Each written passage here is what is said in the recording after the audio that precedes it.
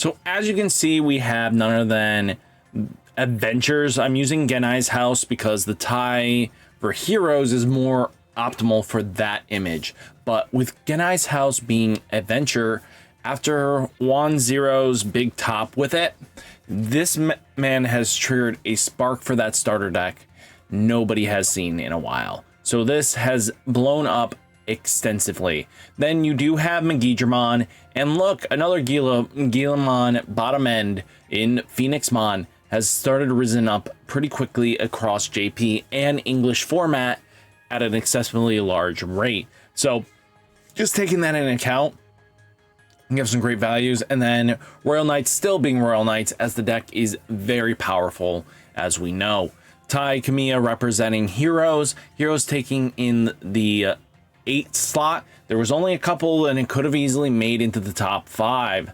So, well, it's still top 5 regardless, but made into the 10 plus club. But yeah, just to digress, you have green, blue Imperial Dramon, you have blue Gallantmon and Gallantmon and Pure coming in, but we also see an uptick in Zafigamons as well. I think this is a very pilot dependent deck. Sukuyamon has been slowly dipping down. I think just players have been able to adapt into a way where they don't really care their stuff gets minused anymore. You got too many big threats and like you're dealing with too much for the deck. I think the deck snowballs ridiculously, right? But just players are starting to adapt around play styles, and it's just becoming a little more probably hyper aggressive that this deck's just not liking it. Red purple Imperial Dramon still doing something, purple hybrid doing stuff, blue flare starting to creep up, getting 4 wins over the course of the week. That is something new. We got, you know, 7 great demon lords doing the same. We got regular hunters coming up. You got Jesmon taking up stuff, Mastmon, you know, armors, of course. You have red blue hybrid coming up. You do have Mirage sneaking up. You got Cross Hearts, Numemon also appearing, Fang Longmon showing up, Skittymons with the Ice Cloud shenanigans, you know, Dominionmon popping up here and there. We did get a Fenry Luga. Then you have Dexteruga. We did get some D-Brigade, Bloom Lord. You know, all these interesting low-end decks that you never really see very often, just taking in some small sneak wins. I mean, Red Hybrid did fall off, but we did get Gaiomon doing something, Beelzemon making a return. So, just pretty good to see where things are kind of falling in favor for in this game. Again, meta can shift so quickly and dependent on players' play styles. And again, a good meta call can lead to some good wins. Remember, we use Digimon card meta and, you know, Digimon CG guide and other great tools to kind of just get us going. So I wanted to take a look at Medusa to see where they're kind of just planning, because again, a lot of players want to know how to build Medusa, right? Medusa is a very interesting way of play. She produces a token called a petrification token that is just a white Digimon with 3000 DP, and this Digimon can't suspend on deletion, trash the top card of security. So she's trying to fuel herself for free security deletion. You have, there seems to be teching in some Gallantmon. I know they were teching Gaiomon at occasions, but it's kind of cool to see that they're adapting. Crimson Blade is really good because the more tokens you can produce, the more likely this is going to just punish your opponent left and right. You know, Raging Serpentine is a great delay, you know, removal, delete one of your opponent's Digimon the highest DP. You know, if your opponent has 3 or fewer security cards, reduce the cost so it becomes a 4-cost removal, then place this in the barrier. When one of your Reptile Dragonkin trait would digivolve into a Reptile Dragonkin in your hand, you can digivolve it, you know, when a card is removed. So free evolution is not bad. Again, a lot of these delays do have to have that kind of skill. And, you know, you do have Guillemon that's going to be gaining rush. You're going to be controlling the board anyway, and it's a reptile, so you get some great value out of it. Now, again, Crossheart doing some Crossheart shenanigans. This is more akin to their older days, but this is just very splashed. I mean, if you want to play Crossheart, go for it. I think there's some great value across the board playing it however you want, because there's no real wrong way to build it. I think there's just a lot of good ways to kind of think about, hey, this is how I want to play it, how I want to be. Now, this was interesting. We had a blue Metal Guru. I think I missed it, but topped in the Evo Cup, so I think it's worth noting and bringing up because people might not have been really looking at this deck, and neither was I really. So it's kind of cool to see, you know, 2 Metal Gurus, you know, Metal Gurumon X Antibody. They're playing EX1. That's crazy to me. Gain 1 for every 4 cards in your hand. When attacking, if you have 8 or more cards in your hand and a Tamer play, return one of your opponent's Digimon with an on-deletion effect to the bottom of its owner's deck. Trash all Digivolution cards of that Digimon. I think this is to combat like Phoenixmon and, you know, Megidramon shenanigans, just because that card really does be able to bottom deck their stuff, and because they always have some sort of on-deletion effect, that just gets rid of stacks just comfortably, and then they lose out on great value. So I kind of like the tech. I think it's a smart choice to adapt to the meta, especially since we do have a lot of on-deletion stuff. Now, here's the Fenry Luga deck. This one had something very interesting to me. It's playing Reapermon. So Reapermon's collision blocker all turns would affect Digivolves one of your opponent's Digimon, Digivolve one of your opponent's Digimon. Deletion, delete one of your opponent's Digimon with a play cost 4 or lower, or Tamers. So it gets to control some board state if it gets popped, right? But being able to, you know, prevent your opponent from doing something, especially with aces and stuff like that, it's such a punishment. It's not even funny. But just taking a look across the board, there's just some good stuff to be had, and players will adapt and play how their deck they want. Now, we did get 3 Great Angels. I think a lot of players are excited for the vaccine shenanigans that's going to be happening soon. You have like Cupimon, Physical Training, full Excalibur. So this card is really nuts. This is the help in the Megidra matchup.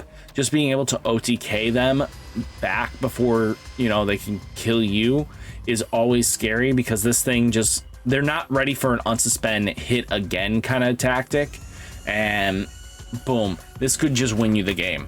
Now, you do have, you know, this Adventures deck has so many iterations. You could definitely go with wands and stuff like that, wand zeros, but again, I think it's just pilot dependent, and knowing what you can do with your deck and understanding the play lines all matter into deck building and deck design. So just something to think about here.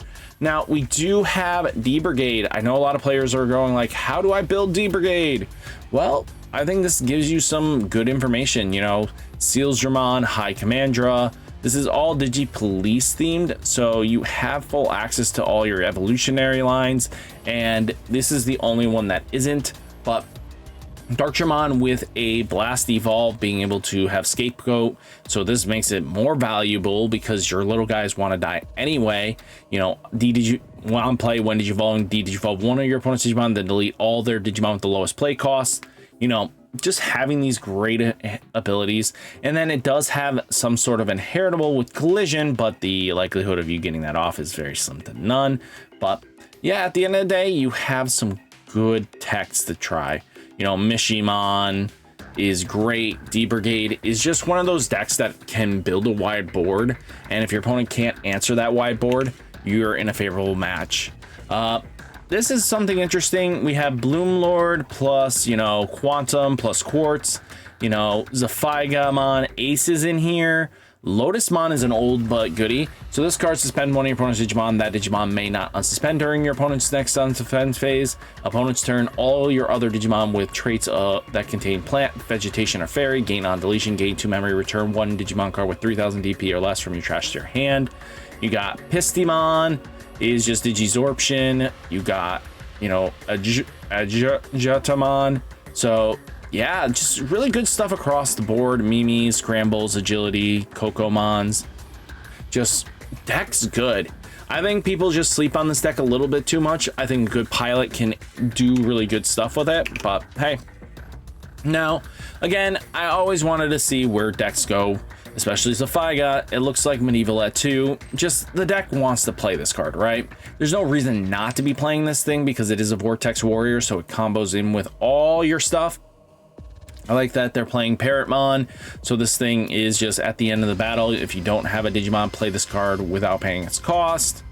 So yeah, not bad to get a level 5 out for free if they hit it in security. On play, when Digimon suspend one of your opponent's Digimon. When this Digimon deletes an opponent's Digimon by battle, you may unsuspend this Digimon, being able to get multiple attacks or Set up a blocker if you don't have reboot, but most likely you will be able to do something along those lines. Now, again, Phoenixmon just decided to adapt the bird end. So bottom end of Guillemon is kind of just what they're doing because they want to self-destruct anyway. And then boom, you have Phoenixmon attacking, activating all the on deletions. Again, this would lead into just playing 2 Guillemon with this effect. So yeah, this thing's kind of sort of broken. I think, you know, I don't want to say it, but I think this is going. There's no way they're gonna hit this and they're gonna hit this. There's no way they're gonna let this deck live, because now 3 decks kind of use this, and just versatility is a problem with their things. They could just hit this Guillemon, but you know for a fact they're hitting the Groundmon X, because they're gonna go like, well, it enables too much on playing shenanigans. Examon, just doing Examon shenanigans. Players will build Examon how they feel. Davis is always a unique stuff. You have Jade memory boost and Wisteria memory boost. Again, great targets because most of your deck is hittable except for like these 2 targets. Don't know why you're playing 2 targets that you can't use. I would have just went up all that. I get that it just gives blocker and stuff, but innately, don't you have blocker through something else? Yeah, your Ace has it, and your X antibody has it. I mean, this is the only one that won't have it. Gaomon, I wanted to take a look where Gaomon's going, but you know what? I figured as much. It was going to play this Gaio. Old but goodie. This deck is going to do what it wants, and I'm going to be straight honest with you. Play it how you feel. I think this deck has a lot of legs that allow the players to play how they want. Gaomon's just a good card in general. You know, until your opponent's next turn ends, one of your opponent's Digimon gets started main. This Digimon attacks, then this Digimon may attack. You know, being able to deal damage and do some shenanigans all turns when an attack target is switch trash to top card or security stack. You know, being able to have the rebooter and being able to deal, you know, trash. This means you're losing security pretty quickly once your stack is stabilized. Mastmon, just doing Maste. The promo put in so much work, and people feel like the deck still has some issues. I still think it has a little bit of problems, but hey. Now, Blue Flare, again, in a format where we're kind of not slamming down much anything, it's kind of cool to see where, you know, Blue Flare's going. I think if people have 2 stacks and forget what Blue Flare does, they get punished easily. So just something to think about there. You know, we do have Fenry Luga. No surprise. It's just like, we're going to play Mega Gargo Ace, and then we're going to play Medieval Gallant. And then everything else has been in the deck. Genai, Yenalog Youth, you know, Mother D Reaper still in the deck. Interesting. Oh yeah, for the raid shenanigans, if decks have a lot of raid, at least Mother D Reaper can sort of protect your little guys so you can, before you get into Fanglong. So yeah, I kind of see where they're going with it, but yeah, I figured people would want to see Fanglong. But all in all, guys, hopefully you enjoyed the video. Hit that like button, hit that subscribe button, stay safe, stay healthy, and I'll catch you next one. Peace.